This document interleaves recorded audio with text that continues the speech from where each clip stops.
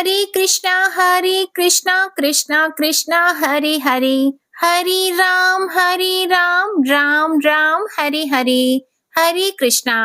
आप सभी को पौष मास के कृष्ण पक्ष की सफला एकादशी व्रत की हार्दिक शुभकामनाएं। सफला एकादशी को कुछ स्थानों पर सफला ग्यारस भी कहा जाता है। इस एकादशी से भगवान श्री कृष्ण की कृपा से जीवन के हर कार्य में सफलता मिलती है। इस एकादशी का नाम सफला एकादशी है। जो भी मनुष्य इस एकादशी का व्रत करता है और इसकी कथा को सुनता है, उसकी सभी मनोकामनाएं भगवान श्री हरि की कृपा से पूर्ण हो जाती हैं और घर में सुख समृद्धि धन संपत्ति और खुशहाली आती है। तो आज की इस वीडियो में आप सुनेंगे सफला एकादशी व्रत की बड़ी ही दुर्लभ कथा, एकादशी माता की कथा और एकादशी माता की आरती। प्रेम से बोलिए भगवान श्री लक्ष्मी नारायण जी की जय। मोक्षदा एकादशी का वृतांत समाप्त होते ही धर्मराज युधिष्ठिर ने भगवान श्री कृष्ण से विनती की, हे भगवान विष्णु के साक्षात स्वरूप, पौष मास के कृष्ण पक्ष की एकादशी का क्या नाम है? उस दिन किस देवता की पूजा की जाती है तथा उसकी क्या विधि है? भगवान श्री कृष्ण ने कहा, हे धर्मराज, मैं तुम्हारे स्नेह के कारण तुम्हारे प्रश्नों का उत्तर देता हूँ, तुम ध्यान पूर्वक सुनो। एकादशी व्रत से अधिक तो मैं अधिक से अधिक दक्षिणा देने वाले यज्ञ से भी प्रसन्न नहीं हूँ, अतः तुम इसे अत्यंत भक्ति और श्रद्धा से युक्त एकाग्र मन से सुनो। इस पौष कृष्ण एकादशी का नाम सफला एकादशी है।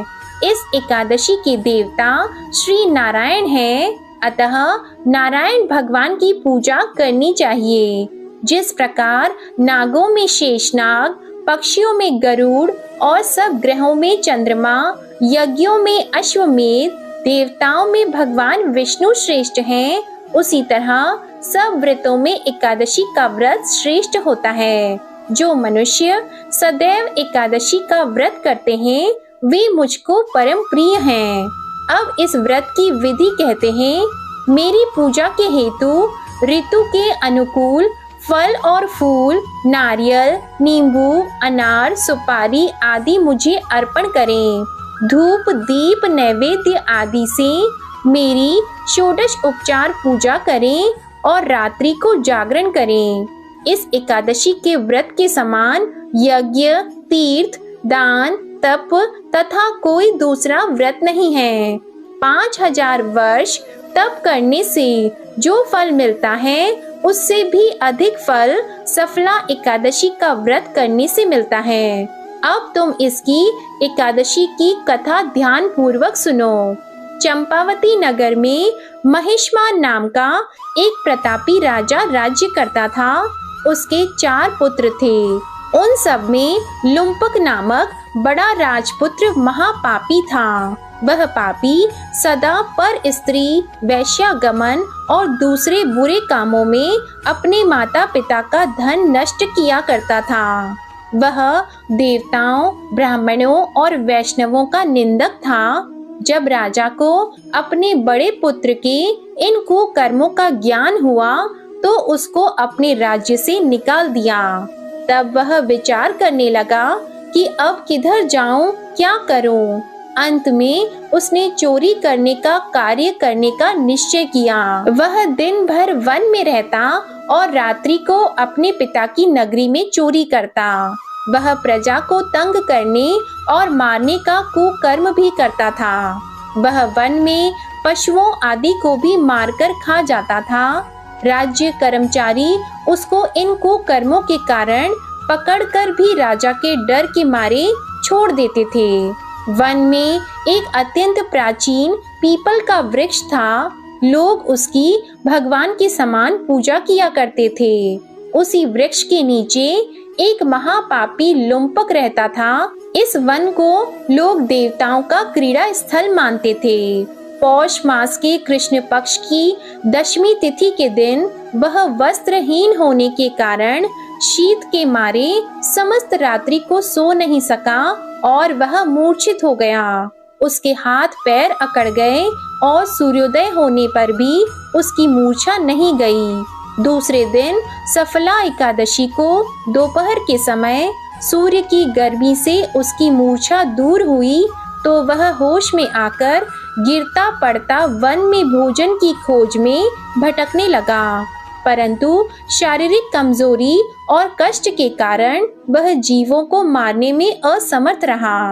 अंत में वह वृक्षों से गिरे हुए फलों को बीनकर पीपल के वृक्ष के नीचे आया। उस समय तक सूर्य भगवान अस्त हो गए थे। उसने फलों को पीपल के वृक्ष के नीचे लाकर रख दिया और रो रो कर कहने लगा, भगवान, यह सब फल फूल आपके ही अर्पण हैं, आप ही इनसे तृप्त होइए।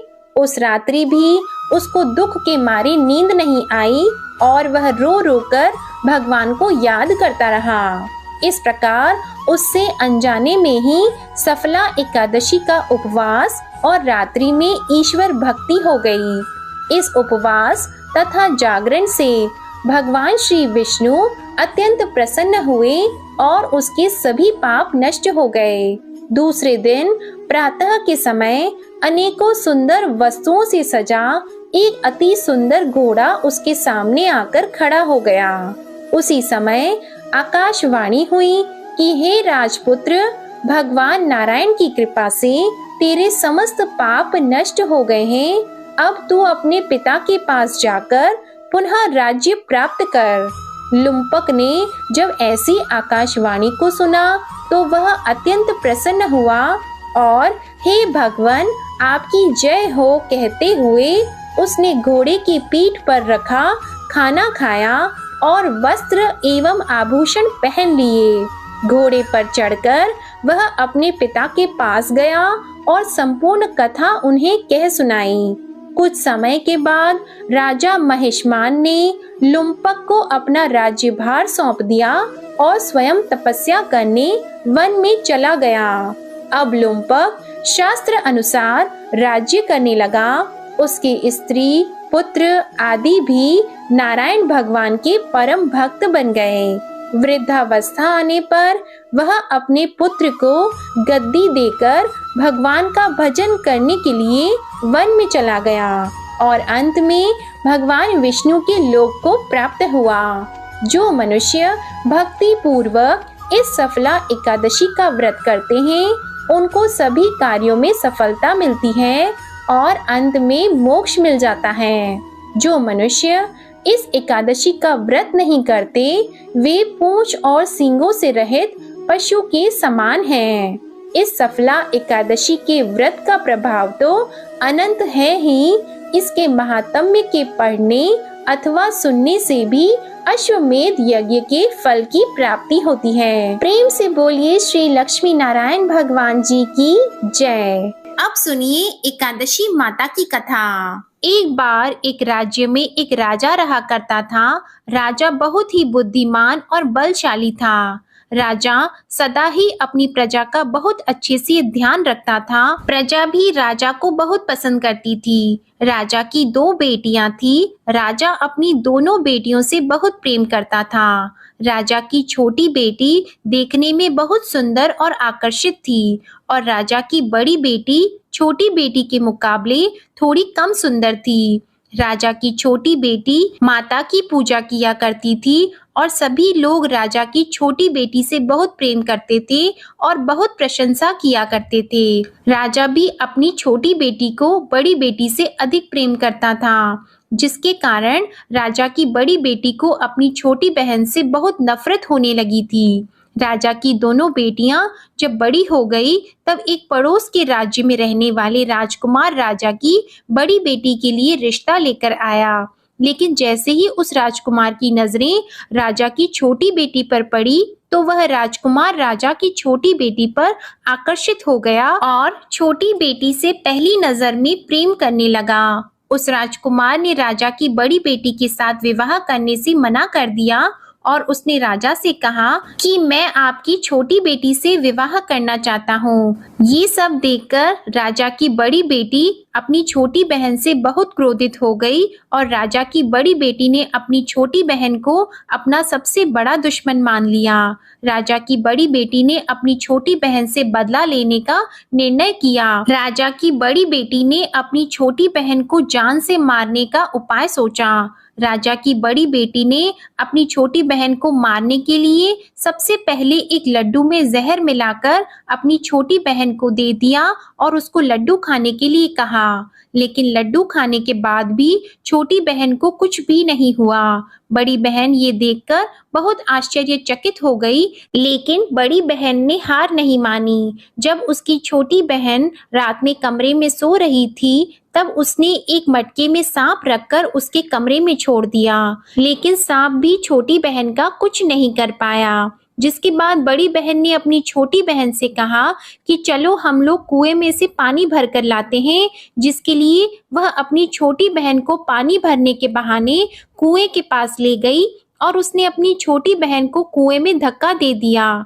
लेकिन छोटी बहन को तब भी कुछ नहीं हुआ, क्योंकि हर बार ग्यारस माता उसकी रक्षा कर रही थी और उधर बड़ी बहन अपने सारे प्रयास के बाद भी असफल हो रही थी, जिससे वह बहुत क्रोधित हो गई और फिर उसने अपनी छोटी बहन के पास जाकर उससे प्रश्न किया कि मेरी छोटी बहन, क्या तुमको पता है कि भगवान ने सबको मृत्यु एक निश्चित समय पर लिखी हुई है और कैसे तुम्हारी या मेरी मृत्यु होगी, क्या ये तुम जानती हो? तब छोटी बहन ने अपनी बड़ी बहन को बताया कि हाँ दीदी, मैं तो जानती हूँ मेरी मृत्यु कैसे होगी। छोटी बहन से ये सब बातें सुनकर बड़ी बहन मन ही मन बहुत प्रसन्न होने लगी और उसने अपनी छोटी बहन से कहा कि तो तुम मुझे अपनी मृत्यु का राज बताओ। तब छोटी बहन ने अपनी बड़ी बहन से कहा कि मेरी मृत्यु तो एक तोते में है। जो तोते के गले में एक हार है, उससे मेरी मृत्यु होगी। जब तक कोई भी व्यक्ति तोते को मारकर उस हार को अपने गले में पहनेगा तो मैं मूर्छित हो जाऊंगी, और जैसे ही उस हार को अपने गले से उतारेगा तो मैं वापस से जीवित हो जाऊंगी। अपनी छोटी बहन की मृत्यु का राज जानकर बड़ी बहन बहुत खुश हुई और उसने अपनी छोटी बहन को मारने के लिए उसके पालतू तोते को ढूंढना शुरू कर दिया। और छोटी बहन को इस बात का आभास हो गया था कि कोई उसकी जान लेना चाहता है, जिसके लिए वह अपने पिताजी के पास गई और उसने अपने पिताजी से कहा कि पिताजी, मेरी मृत्यु के बाद आप मुझे मत जलाइएगा, बल्कि आप मुझे अपनी पुरानी वाली हवेली में एक पलंग में लिटाकर छोड़ दीजिएगा। अपनी छोटी लड़की की ये बातें सुनकर राजा बहुत आश्चर्यचकित हो गया। राजा ने अपनी छोटी बेटी से पूछा कि बेटी, तुम ये क्या कह रही हो? तब राजा की छोटी बेटी ने बताया कि पिताजी, समय किसी के लिए नहीं रुकता है, क्या कब किसको हो जाए इसका किसी को कुछ नहीं पता। फिर राजा ने अपनी छोटी बेटी से कहा कि तुम ऐसी बातें क्यों करती हो? 2-3 दिन के बाद तो तुम्हारा विवाह है। लेकिन छोटी बेटी ने अपने पिताजी को ऐसा करने पर मजबूर कर दिया और उनसे वचन ले लिया।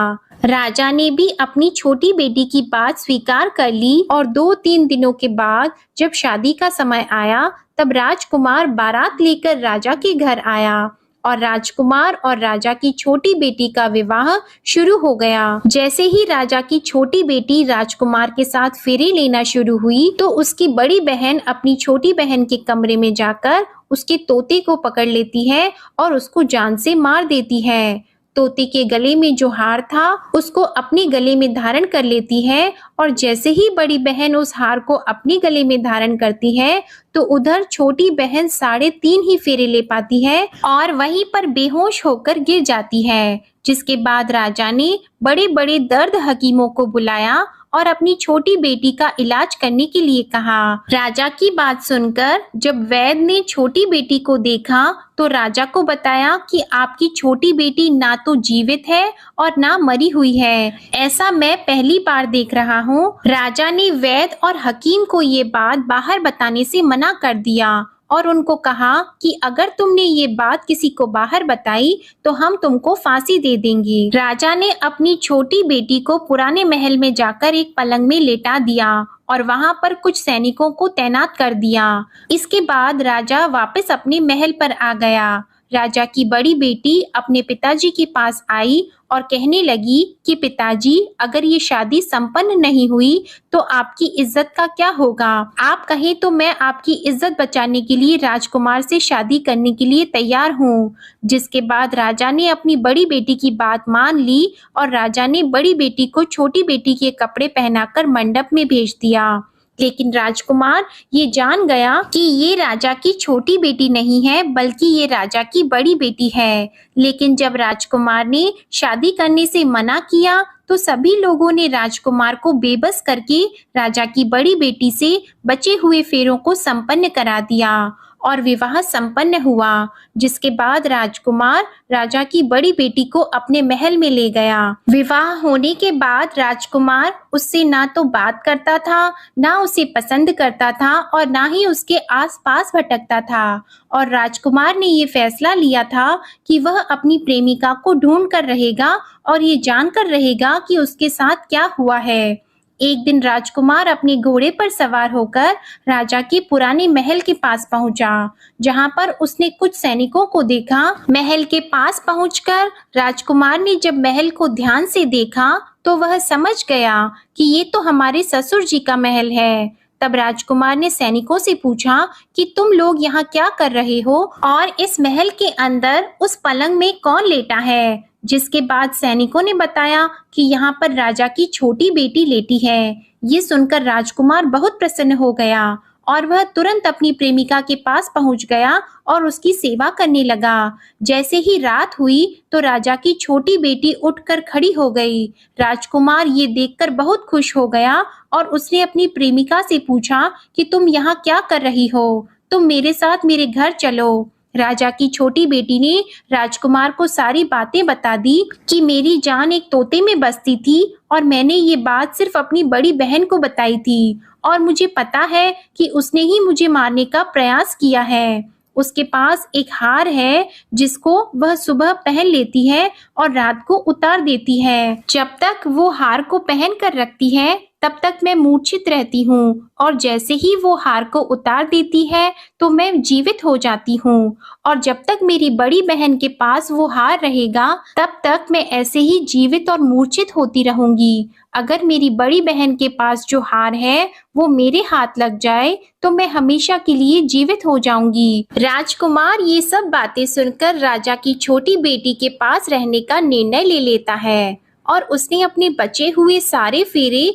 उस पलंग में लेटी हुई राजकुमार की छोटी बेटी के साथ ले लिए और अपना विवाह पूर्ण कर लिया और वहीं पर वो रहने लगा। देखते ही देखते कुछ समय में राजा की छोटी बेटी और राजकुमार की पत्नी गर्भवती हो गई। एक दिन राजकुमार को किसी काम से बाहर जाना पड़ा। तब छोटी बहन के पेट में बहुत तेज से दर्द होने लगा, जिसके बाद उसने माता का आह्वान किया। जिसके बाद वहां माता प्रकट हुई और उन्होंने अपने भक्तों के दर्द को दूर किया और एक पुत्र की प्राप्ति करवाई। और वहीं पर अचानक से राजकुमार भी आ गया।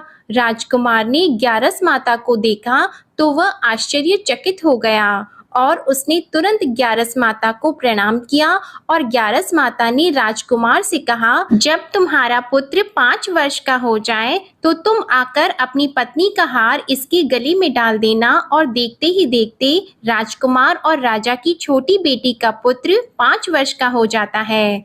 तो राजकुमार अपने बेटे से कहता है कि बेटा, मैं कुछ काम से बाहर जा रहा हूँ, तुम अपनी माता का ध्यान रखना, और वहां से चला जाता है।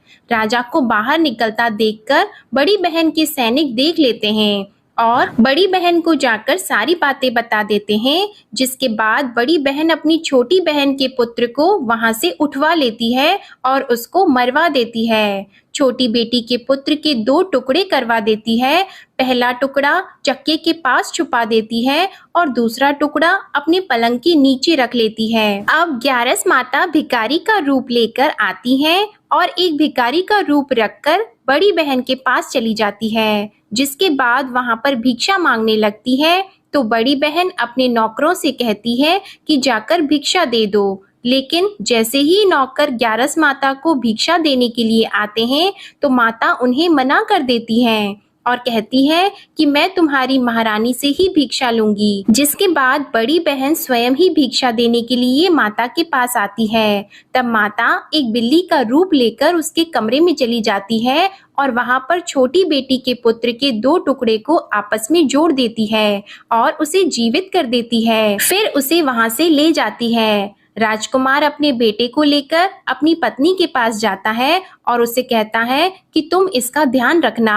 अगर तुम इस बच्चे का अच्छे से ध्यान रखोगी तो मैं तुमसे बात करूंगा। एक दिन राजकुमार अपने बच्चे से कहता है कि तुम मम्मी से उनके गले का हार मांग लो। तो अपने पिता की बात मानकर राजकुमार का लड़का अपनी मम्मी के पास जाता है और कहता है कि मम्मी मुझे तुम्हारा हार चाहिए।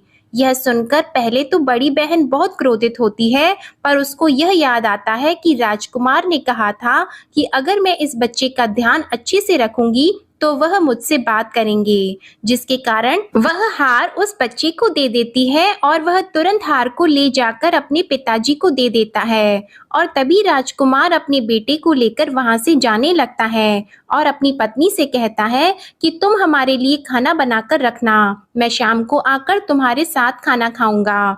और वह अपने बेटे को लेकर वहां से चला जाता है। जिसके बाद वह राजा के पास जाता है और उनको सारी बातें बता देता है। राजा अपनी बड़ी बेटी की ये करतूत सुनकर बहुत क्रोधित होते हैं और अपनी परवरिश पर ही दोष देने लगते हैं। राजकुमार को अपनी छोटी बेटी के साथ रहने के लिए आदेश दे देते हैं। इस प्रकार 11 माता की कृपा से राजकुमार और राजा की छोटी बेटी सुखपूर्वक रहने लगे। प्रेम से बोलिए एकादशी माता की जय। प्रेम से बोलिए माता लक्ष्मी और भगवान विष्णु की जय। माता पार्वती और भगवान शंकर की जय। कथा के बाद अब आप आरती श्रवण कीजिए। ओम जय एकादशी माता, मैया जय एकादशी माता। विष्णु पूजा व्रत को धारण कर, विष्णु पूजा व्रत को धारण कर, शक्ति मुक्ति पाता। ओम जय एकादशी माता। तेरे नाम गिनाऊं देवी, भक्ति प्रदान करनी, मैया भक्ति प्रदान करनी। गण गौरव की देनी, गण गौरव की देनी, माता शास्त्रों में वरनी। ओम जय एकादशी माता। मार्गशीर्ष की कृष्ण पक्ष की उत्पन्ना विश्वतारिणी जन्मी, मैया उत्पन्ना विश्वतारिणी जन्मी। शुक्ल पक्ष में हुई मोक्षदा, मुक्तिदाता बन आई। ओम जय एकादशी माता। पौष के कृष्ण पक्ष की सफला नामक है, सफला नामक है। शुक्ल पक्ष में होए पुत्रदा, आनंद अधिक रहे। ओम जय एकादशी माता। नाम षटतिला माघ मास में कृष्ण पक्ष आवे, मैया कृष्ण पक्ष आवे। शुक्ल पक्ष में जया कहावे, शुक्ल पक्ष में जया कहावे, विजय सदा पावे। ओम जय एकादशी माता। विजया फागुन कृष्ण पक्ष में शुक्ला आमल की, मैया शुक्ला आमल की। पाप मोचनी कृष्ण पक्ष में चैत्र महाबली की। ओम जय एकादशी माता। चैत्र शुक्ल में नाम कामदा, धन देने वाली, मैया धन देने वाली। नाम वरूथिनी कृष्ण पक्ष में, नाम वरूथिनी कृष्ण पक्ष में, वैशाख माह वाली। ओम जय एकादशी माता। शुक्ल पक्ष में होई मोहिनी, अपराजिष्ट कृष्ण पक्षी।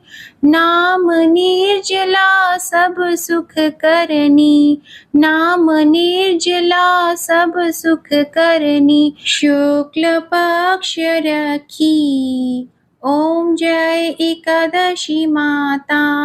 योगिनी नाम आषाढ़ में जानो, कृष्ण पक्ष करनी।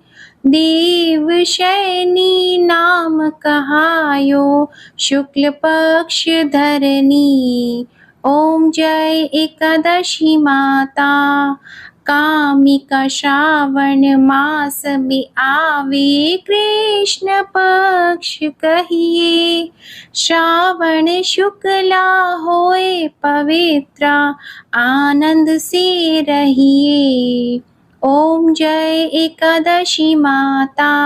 अजा भाद्रपद कृष्ण पक्ष की परिवर्तिनी शुक्ला। इंद्रा आश्विन कृष्ण पक्ष में, इंद्र आश्विन कृष्ण पक्ष में रत से भवसागर निकला। ओम जय एकादशी माता। पापंकुशा है शुक्ल पक्ष में, आप हरनहारी। रमा मास कार्तिक में आवे, सुखदायक भारी। ओम जय एकादशी माता। देवोत्थानी शुक्ल पक्ष की, दुख नाशक मैया। मैया दुख नाशक मैया। पावन मास में करूं विनती, पावन मास में करूं विनती। पार करो नैया। ओम जय एकादशी माता। परमा कृष्ण पक्ष में होती, जन मंगल करनी। मैया जन मंगल करनी। शुक्ल मास में होए पद्मिनी, शुक्ल मास में होए पद्मिनी। दुख दारिद्र हरनी। ओम जय एकादशी माता। जो कोई आरती एकादशी की, भक्ति सहित गावे। मैया भक्ति सहित गावे। जन गुर्दिता स्वर्ग का वासा, जन गुर्दिता स्वर्ग का वासा।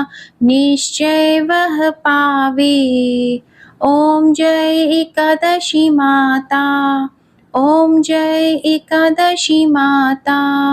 ओम जय एकादशी माता। प्रेम से बोलिए एकादशी माता की जय। प्रेम से बोलिए श्री लक्ष्मी नारायण भगवान की जय। आशा करती हूँ आप सभी का सफला एकादशी का व्रत सफल हो और भगवान श्री लक्ष्मी नारायण जी की कृपा आप और आपके पूरे परिवार पर सदा बनी रहे। आज की वीडियो पसंद आई हो तो वीडियो को लाइक जरूर कीजिएगा, शेयर कीजिएगा और कमेंट में भगवान श्री लक्ष्मी नारायण जी और एकादशी माता की जय भी जरूर लिखिएगा और हमारे चैनल आध्यात्मिक सागर को सब्सक्राइब जरूर कीजिएगा। प्रेम से बोलिए भगवान श्री हरि विष्णु जी की जय।